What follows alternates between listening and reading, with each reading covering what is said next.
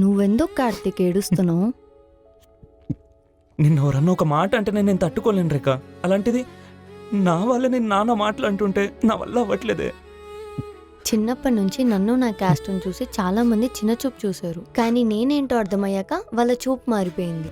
అయినా నన్ను ఎవరు అర్థం చేసుకున్నా చేసుకోపోయినా నువ్వు అర్థం చేసుకుంటే చాలు. ఎప్పటికీ నన్ను నమ్మి నన్ను అర్థం చేసుకుని నాతోనే ఉంటావు కదూ? ఉంటాను రేఖ. అంతే, నాకు నువ్వు ఒక్కడివి నమ్మి నాతో ఉంటే చాలు, ఇంకేది అవసరం లేదు. Love you Karthik. Love you to. Lakshmi, ఏంటండి? కార్తీక్కి ఒక మెకానిక్ షాప్ పెట్టిద్దాం అనుకుంటున్నాను. ఇంటి లోన్ కట్టడానికి, వాడి భార్యను చూసుకోవడానికి, వాడికి ఒక దారి చూపించాలి కదా లక్ష్మి. కరెక్టేనండి, షాప్ పెట్టాలంటే 5 నుండి 10 లక్షలు ఖర్చు అవుతుంది కదా. బట్టల బిజినెస్ సరిగ్గా నడవట్లేదే. ఆ షాప్ అమ్మేసి వాడికి ఒక దారి చూపిద్దాం. సరే అండి, మీ ఇష్టం. ఏమైందిరా, ఎందుకు వెళ్ళిపోయేవాళ్ళ ఫంక్షన్ నుండి?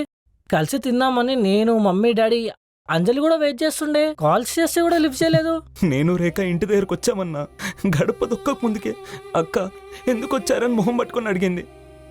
నువ్వు ఒక్కడివే రావాల్సింది కదా, తనని ఎందుకు తీసుకొచ్చావని తన ముందే అన్నది. మా అత్తమ్మ వాళ్ళు అడిగితే తన గురించి ఏం చెప్పాలి అని అన్నది. ఆమె ఏం తప్పు చేసిందన్న మొహం పట్టుకొని నానా మాట్లాడినారు ప్రతి ఒక్కరు అక్కడ. అరే ఒక్క మాట ఫోన్ చేసి తమ్ముడు నువ్వు నీ భార్య రాకు అని మొహం మీద చెప్పుంటే వచ్చేవాళ్ళం కాదు కదన్నా. ఇంటి దాకా వెళ్ళి అవమానపడాల్సి వచ్చిందన్నా. అది ఏదో మిస్అండర్స్టాండింగ్ అయి ఉంటుందిరా. శ్రావణి అలా చేసి ఉండదు. చాలా బాధ అవుతుందన్నా. అరే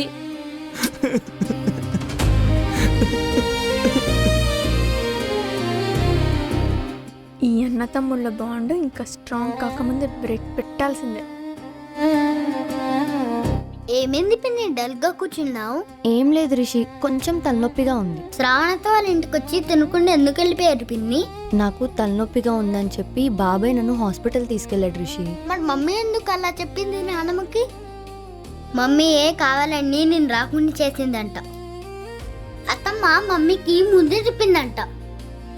ఇంకో విషయం తెలుసా పిన్ని, నువ్వు ఒక వేస్ట్ ఫెలో అంట.